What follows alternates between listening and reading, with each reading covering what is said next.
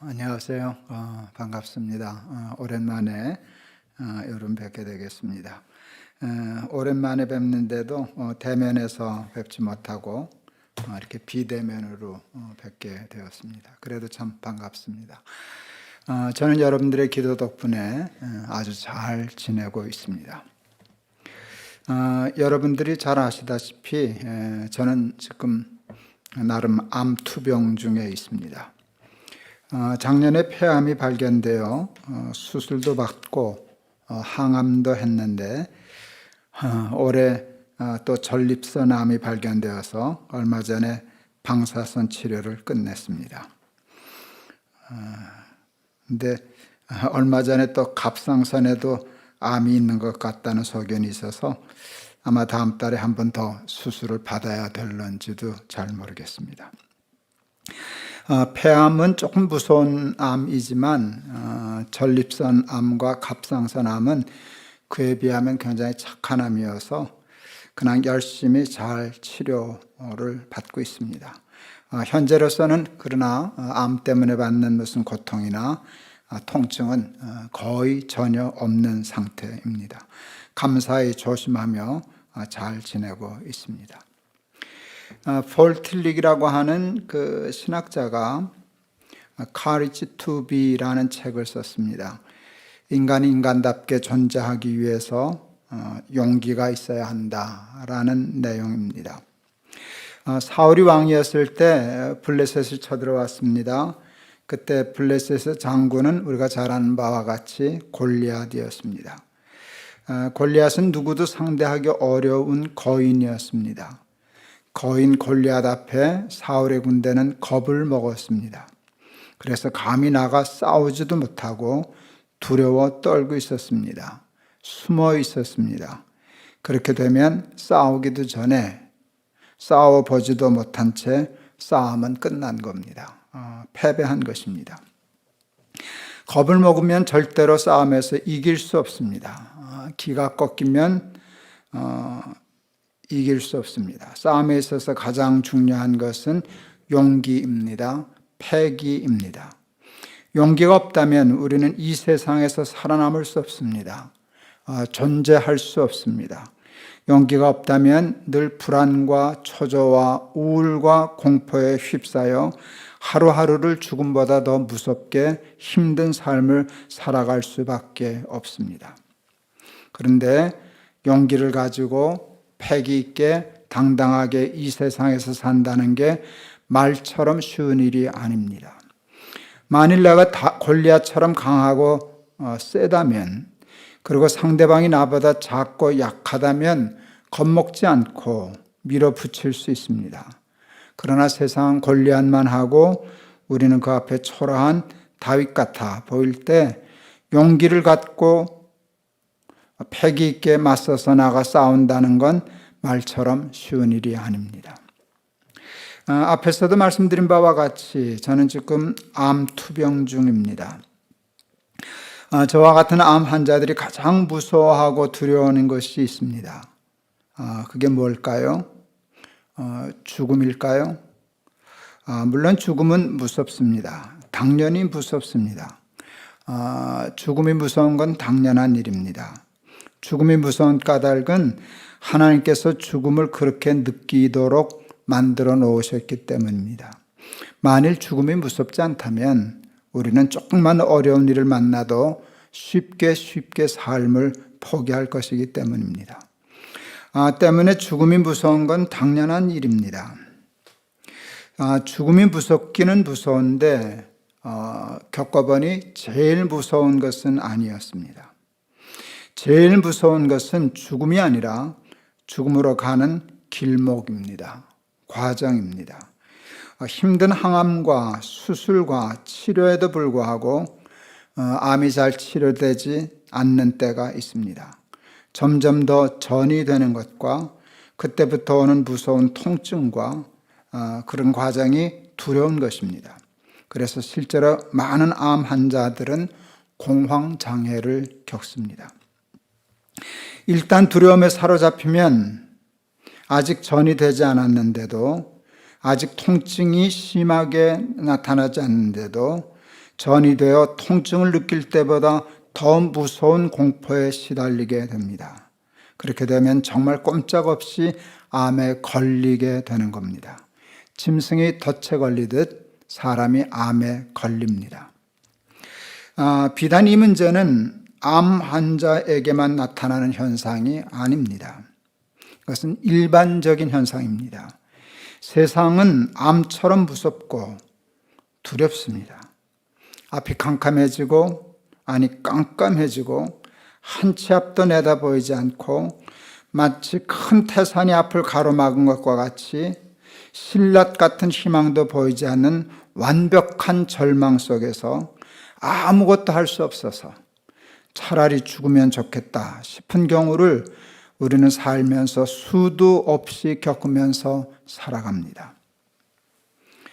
그와 같은 상황에서 느껴지는 두려움과 불안, 그리고 절망의 문제를 어떻게 해결할 수 있을까요? 돈으로 해결이 될까요? 돈이 많은 사람들은 이와 같은 문제를 전혀 겪지 않고 살아갈까요? 세상적인 힘과 권력으로 해결이 될까요? 그렇다면 부자들은, 재벌들은 왜 자살할까요? 그렇다면 대통령을 하고 시장을 하던 분들이 왜 자살을 할까요? 여러분, 이거는 사람의 힘과 능력, 돈과 과학과 지식과 어떤 것으로도 해결할 수 없는 문제입니다.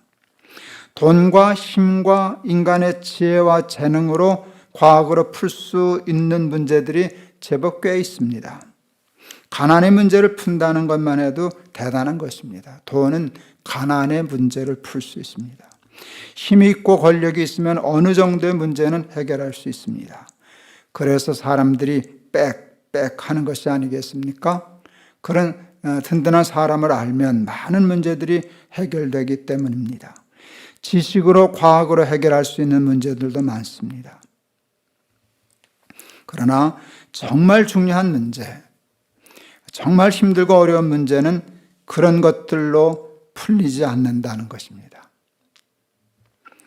그래서 사람들은 빈부귀천을 막론하고 결국은 다 비슷비슷한 삶의 문제를 걸머쥐고 스스로의 힘으로 감당할 수 없는 문제 앞에서 절망하고 낙심하고 불안하며 우울한 불행한 삶을 살아갈 수밖에 없습니다.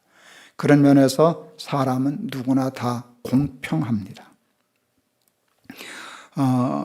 폴 틸릭의 말처럼 용기가 있어야 합니다. 그 모든 것을 이겨 직면하고 뚫고 나가는 용기가 있어야 합니다.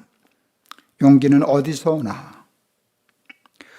예수님을 따르던 수많은 사람들이 마지막 순간에 다 예수님을 버리고 떠났습니다. 사람들은 고사하고 예수님의 길을 같이 걷겠다고 따라 나섰던 12 제자들도 다 도망갔습니다. 왜 그랬을까요? 무서웠기 때문입니다. 예수님이 붙잡히시고 채찍질 당하시고 십자가에 못 박히시는 모습을 못 박히시게 될 것을 보고 무서웠기 때문입니다. 다 도망했습니다. 그러던 사람들과 제자들이 변했습니다. 제자들만 해도 저들은 거의 모두가 다 나중에 순교하였습니다. 베드로는 십자가에 죽었습니다. 거꾸로 매달려 죽었다고 했습니다. 뿐만 아니라 제자들뿐만 아니라 수도 없이 많은 사람들이 신앙 때문에 겁 없이 죽음을 당했습니다. 화형도 당하고 짐승의 밥이 되기도 하고 십자가에 달리기도 하였습니다. 그런데 저들은 도망하지 않았습니다. 모든 것을 버려두고 포기하고 믿음을 지키는 신앙의 용장들이 되었습니다. 사람들이 전혀 딴 사람들이 되어 있었습니다. 어느 정도 사람이 변하는 것은 가능하지만 그렇게 180도 사람이 변할 수는 없습니다. 그것도 한두 사람이 아니라 수도 없이 많은 사람들이 변하였습니다. 저들은 비겁한 보통 사람들에서 최강의 인간으로서는 상상도 할 수 없는 용기를 가진, 그래서 세상이 감당할 수 없는 당시의 최강 로마도 감당하지 못한 용기 있는 사람들로 변모되었습니다. 왜 그랬을까요? 도대체 저들에게 무슨 일이 있었던 것일까요? 여러분, 그것은 예수님의 부활이었습니다. 적어도 예수님의 제자들은 모두 다 부활하신 예수님을 눈으로 보았습니다. 40일가량을 함께 지내기도 했습니다. 부활하신 예수님을 직접 보고 저들은 전에 예수님이 당신이 다시 살아날 거다라고 하신 말씀을 이젠 완전히 믿을 수 있게 되었습니다. 눈으로 보았기 때문입니다. 부활을 믿게 되니 죽음이 두렵지 않게 되었습니다. 순식간에 죽음과 고통을 뛰어넘고 그것이 주는 두려움으로부터 벗어날 수 있었습니다. 세상에 가장 무서운 것이 죽음인데 죽음이 무섭지 않으니 어떻게 불안할 수 있고 어떻게 두려울 수 있고 어떻게 그 때문에 우울할 수 있었겠습니까? 윤동주 시인의 초한대라는 시가 있습니다. 초한대, 내 방에 품긴 향내를 맡는다. 광명의 제단이 무너지기 전 나는 깨끗한 재물을 보았다. 염소의 갈비뼈 같은 그의 몸, 그의 생명인 심지까지 100억 같은 눈물과 피를 흘려 불살려 버린다. 그리고도 책상머리에 아롱거리며 선녀처럼 촛불은 춤을 춘다. 매를 번 꿩이 도망하듯이 암흑이 창구멍으로 도망한 나의 방에 풍긴 재물의 위대한 향내를 맛보노라. 빛이 있으면 어두움은 매를 번 꿩이 도망하듯이 사라집니다. 부활의 소망이 있으면 우리를 억누르는 모든 근심과 걱정과 불안과 초조와 두려움 그리고 우울함이 매를 번 꿩처럼 도망하게 될 것입니다. 용기 있는 자가 되어 골리앗 앞에서도 당당하며 사자굴에서도 떨지 않고 풀무불 속에서도 당당한 삶을 우리도 살 수 있게 될 것입니다. 오늘 본문의 말씀은 예수님이 서머나 교회 교인들에게 주신 말씀입니다. 짧은 본문을 통해 보면 서머나 교회에는 환난과 궁핍이 있었습니다.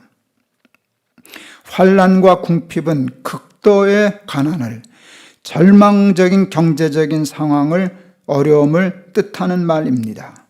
그리고 고난도 있었습니다. 쉽게 끝나지 않을 고난이 있었습니다.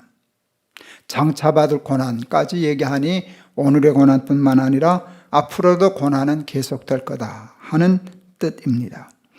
이런 상황에 처한 서머나 교회 교인들에게 주님이 편지하십니다. 말씀하십니다. 내용은 간단합니다. 두려워 말라. 두려워 말라. 너희가 결국은 이 모든 환난과 궁핍을 이겨내게 될 것이고 모든 고난을 통과하여 승리할 것이라고 말씀해 주십니다. 생명의 면류관을 얻을 것이라고 말씀해 주십니다. 서머나 교회 교인들에게 이와 같은 주의 말씀과 계시를 전하는 요인은 8절에서 매우 중요한 표현을 하고 있습니다. 서머나 교회 사자에게 편지하라. 처음이며 마지막이요 죽었다가 살아나신 이가 이르되. 예수님이 자기를 표명하시는데 나는 알파와 오메가다. 그리고 중요한 말씀이 있습니다. 죽었다가 살아난 이가 가라사대. 예수님은 부활을 각인시키려고 하신 것입니다.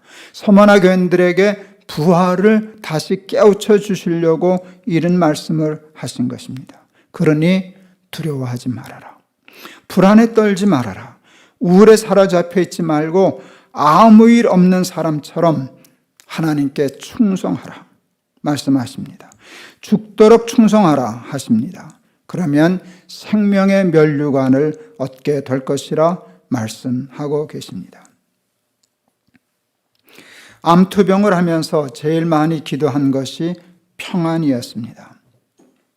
평안을 기도했다는 뜻이 무엇이겠습니까? 불안했다는 뜻입니다. 당연히 저에게도 불안이 찾아오곤 했었는데 그게 찾아오면 참 감당하기가 어려웠습니다. 그래서 평안을 달라고 기도했습니다.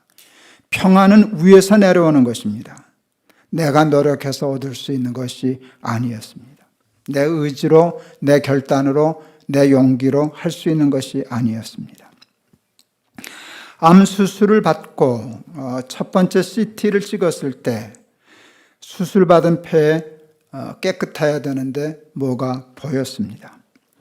재발한 것일 수도 있어서 재차 CT를 며칠 간격을 두고 다시 찍었습니다. 그 사이에 그 보였던 것이 조금이라도 줄어들면 그건 암이 아니라 염증입니다. 그냥 조금이라도 더 커지고 그렇게 하면 암일 가능성이, 재발된 것일 가능성이 높은 상황이었습니다. 나중에 들은 이야기이지만 그게 만일 재발된 암이었다면 오늘 저는 이 자리에서 설교 못합니다. 자녀 생명이 1년이 안 남았다는 상황이었답니다. 결과를 보러 가는 날 되게 불안하고 초조해합니다. 저라고 예외는 아닙니다. 그런데 그 전날 날마다 기막힌 새벽 녹화를 하면서 어디든지 예수 나를 이끌면 이라는 찬송을 부르게 되었습니다. 어디를 가든지 겁낼 것 없네, 어디든지 예수 함께 가려네 라는 가사가 그렇게 마음에 깊이 와 닿았습니다. 그리고 그것이 믿어졌습니다. 진정으로 아멘이라는 말이 나오게 되었습니다. 어디를 가든지 라는 말이 저에게 굉장히 큰 힘이 되었습니다. 어디를 가든지, 재발이 되든지 안 되든지 어디를 가든지 상관없다. 재발이 되지 않은 대로 가야만 상관이 없는데 재발이 되든 안 되든 상관없다. 재발이 되느냐 안 되느냐가 중요한 것이 아니라 어디를 가든지 예수와 함께 가느냐 안 가느냐가 중요하다. 재발이 되어도 예수님과 함께 가면 겁 없다 하는 말씀이 믿어졌습니다. 제 마음속에 있던 불안과 초조함이 말 그대로 매를 본 꿩이 도망하듯이 도망했습니다. 이해할 수 없는, 도저히 이상으로 이해할 수 없는, 누구도 믿어주기 어려운 평안이 제 마음에 충만하였습니다. 그 마음으로 병원을 갔고 의사를 만났습니다. 결과는 감사하게도 재발이 아니었습니다. 그러나 그때 제 마음의 상태였다면 재발이었다고 해도 떨지 않았을 것입니다. 평안할 수 있었을 것입니다. 위에서 하나님이 주시는 평안은 그런 것이었습니다. 하나님이 주시는 그 평안함으로 제 인생 최고로 힘들고 고통스러웠던 때 날마다 기막힌 새벽을 시작할 수 있었습니다. 어제 400회를 방송했습니다. 암 환우들과 보호자들을 위한 CMP, Comfort My People이라는 집회를 6차례나 했습니다. 최선을 다해 암에 걸리기 이전처럼, 아니 오히려 그때보다 더 열심히 하나님이 맡겨주신 마지막 소명에 충성했습니다. 약속대로 하나님이 제게 생명의 면류관을 주셨습니다. 가장 고통스러웠던 지난 한 해가 제 인생에 있어서 가장 행복했던 한 해가 되었습니다. 말씀을 마치려고 합니다. 여러분들도 다 서모나 교회 교인이시지요? 환난도 있으시죠? 궁핍도 있으시죠? 고난도 있으시죠? 특히 이 코로나 때 얼마나 많이들 고생하십니까? 오늘 다 우리는 서머나 교회 교인과 같습니다. 그와 같은 형편과 처지에 빠져있는 우리들에게 예수님이 편지하십니다. 서머나 교회 사자에게 편지하라. 처음이며 마지막이요 죽었다가 살아나신 이가 이르시되 내가 내 환난과 궁핍을 알거니와 실상은 내가 부요한 자니라. 자칭 유대인이라 하는 자들의 비방도 알거니와 실상은 유대인이 아니요 사탄의 회당이라. 너는 장차 받을 고난을 두려워하지 말라. 볼지어다 마귀가 장차 너희 가운데서 몇 사람을 옥에 던져 시험을 받게 하리니 너희가 10일 동안 환난을 받으리라. 내가 죽도록 충성하라. 그리하면 내가 생명의 관을 내게 주리라. 귀 있는 자는 성령이 교회들에게 하시는 말씀을 들을지어다. 이기는 자는 둘째 사망의 해를 받지 아니하리라. 기도하시겠습니다. 세상은 골리앗만 하고 우리는 어린 소년 다윗과 같아서 도저히 감당할 수 없습니다. 그와 같은 상황에 우리들은 불안하고 절망하고 두려워하고 우울하고, 그래서 하루하루를 싸워보지도 못하고 패배의 삶을 살아갈 수밖에 없습니다. 제자들은 참 용기 없었습니다. 비겁했었습니다. 그런데 부활하신 예수님을 목도한 후에 180도로 변했습니다. 죽음도 두려워하지 않는, 어떤 환난과 고통과 고난과 궁핍도 두려워하지 않는 담대한 장수들이 되었습니다. 부활한 예수님을 보았기 때문입니다. 하나님, 저희들에게도 그 믿음을 허락하여 주시옵소서. 그리하여 험산줄령처럼 우리를 압박하고 우리를 깜깜하게 하는 그 모든 절망과 모든 공포와 모든 두려움을 물리치게 하여 주옵소서. 매를 번 꿩이 도망하듯이 도망하게 하옵소서. 그리고 평상시처럼 하나님께 충성하는 삶 살게 하옵소서. 죽도록 충성하게 하옵소서. 그리하여 약속하신 생명의 면류관을 얻게 하옵소서.